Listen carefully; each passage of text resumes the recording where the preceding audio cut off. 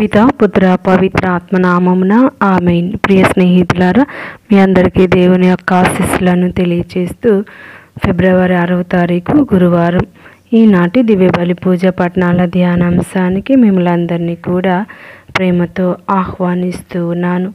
హెబ్రీలకు రాయబడిన లేఖ 12వ అధ్యాయం 18వ వచనం 19వ వచనం మరియు 21వ వచనం నుండి 24వ వచనం వరకు, మార్కు సువార్త 6వ అధ్యాయం 7వ వచనం నుండి 13వ వచనం వరకు సువార్త పఠనాన్ని భక్తి శ్రద్ధలతో చదువుకుని ధ్యానించుదాం.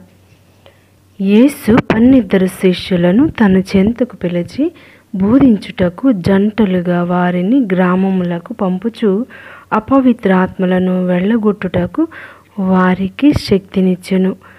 ప్రయాణములలో మీరు చేతికర్ర తప్ప మరేమియో తీసుకొని పోరాదు. రొట్టె కానీ జోలి కానీ సంచిలో ధనమును కానీ వెంట తీసుకొని పోరాదు. పాదరక్షకుల తొడుగుకొనుడు కానీ 2 అంగీలను తీసుకొని పోవలదు. మీరు ఎచ్చట ఇక ఇంట మోపుదురో పాదం మోపుదురో అచ్చటి నుండి వెడలిపోవునంత వరకు ఆ ఇంటనే ఉండు. ఎవరు మేము ఆహ్వానింపరో, మీ బోధను ఎవరు ఆలకింపరో వారికి తిరస్కార సూచకముగా మీ కాలి దుమ్మును అచ్చట దులిపి వెళ్ళిపొండు అని యేసు తన శిష్యులతో చెప్పెను. అంతటా ఆయన శిష్యులు పోయి ప్రజలు పశ్చాత్తాపంతో హృదయ పరివర్తనం పొందవలనని బోధించిరి. వారు అనేక పిశాచములను పారద్రోలి రోగులకు అనేకులకు తైలము అద్ది స్వస్థపరిచిరి. ఇది ప్రభు వాక్కు. సర్వేశ్వరునికి వందనములు. ధ్యానాంశం: రోగులకు అనేకులకు తైలము అద్ది స్వస్థపరచుము. మరి ఒక వాక్యాన్ని మనం ధ్యానిస్తూ ఉండగా, ప్రియ స్నేహితులారా, ఈనాడు తల్లి శ్రీ సభ పునీత పౌల్మికి మరియు సహచరులు వారి యొక్క పండుగను కొనియాడుతూ ఉంది. క్రీస్తు శకం 1562 నుండి 1597 వరకు ఈ గురువు జీవించి ఉన్నారు.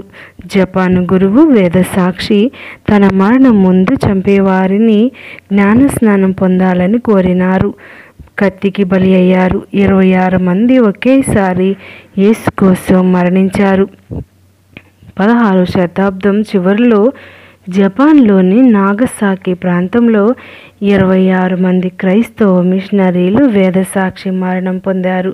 వీరిలో జేసు సభకు, ఫ్రాన్సిస్కన్ సభకు చెందిన గురువులు, బ్రదర్లు, గృహస్థ క్రైస్తవులు, వైద్యులు, ఉపదేశులు, పేదవారు, పెద్దవారు, చిన్నవారు ఎందరో తమ ప్రాణాలను ప్రభు సువార్త కొరకు ఫణంగా పెట్టారు. మొదటి పట్టణం సియోను పర్వతం గురించి చెబుతున్నది. ఏమిటి సియోను పర్వతం? ఇది పరలోకాన్ని సూచిస్తుంది. పరలోక పట్టణమైన యెరూషలేమునకు మరొక పేరు. అనగా ఈ లోకంలోని యెరూషలేము నుండి మనము పరలోక యెరూషలేమునకు ప్రయాణమైపోతూ ఉన్నాం. ఆదికాండం 4వ అధ్యాయంలో ఆబేలు రక్తం దేవుని వద్ద మొరపెట్టినట్లు యేసు రక్తం ఇప్పుడు ఇంకా గట్టిగా మన కొరకు మొరపెట్టుచున్నది. ఇప్పుడు యేసే మనకు గొప్ప యాజకుడు, గొప్ప బలి వస్తువు కూడా. మనము ఒక గొప్ప విందుకు ఆహ్వానింపబడ్డాం. పరలోకంలో పేర్లు రాయబడిన దేవుని ప్రథమ పుత్రుల సమావేశమిది.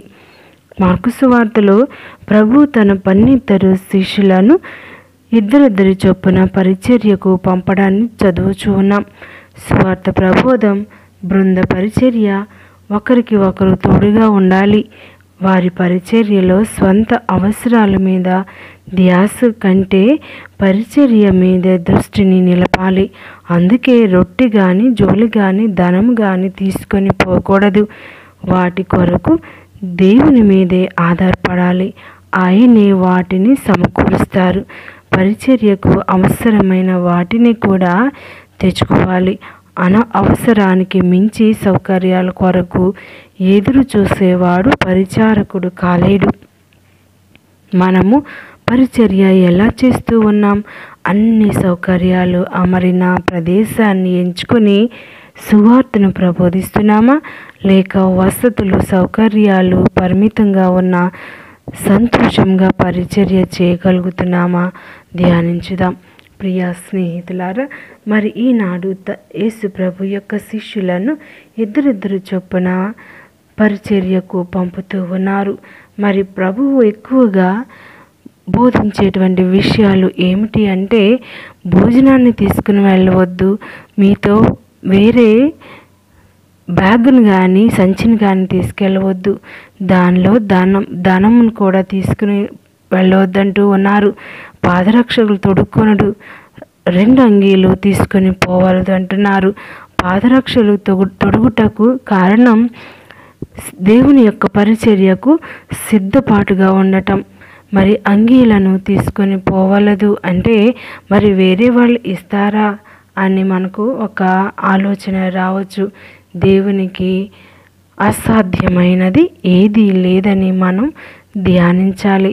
ఒక ఇంటికి వెళ్తే వారే అన్నీ దయచేస్తారు, వారి ద్వారా ప్రభువే కావలసిన అవసరాలు తీరుస్తారు అని ప్రభు ఈనాడు శిష్యులకు వాగ్దానం చేస్తూ ఉన్నారు. ఎవరింట్లో అయితే శిష్యులు కాలు మోపుతారో ఆ గృహం దీవించబడుతూ ఉంది అని కూడా ప్రభు ఈనాడు మనకందరికీ తెలియచేస్తూ ఉన్నారు. ఈనాడు దైవ భక్తుల పట్ల ఎటువంటి మెలకువను కలిగి ఉంటూ ఉన్నాం? మన నోటికి వచ్చినట్లు వారిని దూషిస్తూ ఉన్నామా, చిన్నబుచ్చుతూ ఉన్నామా? వారు చేసేటువంటి కార్యాలను వెనక్కి లాగటం చేస్తూ ఉన్నామా? ప్రసంగాల్లో ఎత్తి మాట్లాడటం, మరి దైవ కార్యాలు చేయటానికి సహకరించకపోవడం, ఇలాగ చాలా విషయాలు మన సంఘాల్లో చూస్తూ ఉన్నాం. ప్రియ స్నేహితులారా, దేవుడు పిలుచుకున్న బిడ్డలకు దేవుడిపై ఆధారపడి జీవించినప్పుడు దైవ సహాయం ఎల్లప్పుడూ ముంగిట ఉంటుందని ఈనాటి వాక్యం మనకు దేవుడు తెలియచేస్తూ ఉన్నాడు. జ్ఞాన స్నానం ద్వారా మనందరం కూడా దేవుని బిడ్డలుగా మార్చబడ్డాం. అదేవిధంగా మనందరం ప్రభుపై ఆనుకుని ప్రభుపై ఆధారపడి జీవించాలి. కష్టంలో సుఖంలో దేవుడు మనందరికీ తోడుగా నీడుగా ఉంటూ ఆయన యొక్క సహాయాన్ని మనకి ఎల్లవేళ దయచేయుదురుగాక. ఆమేన్.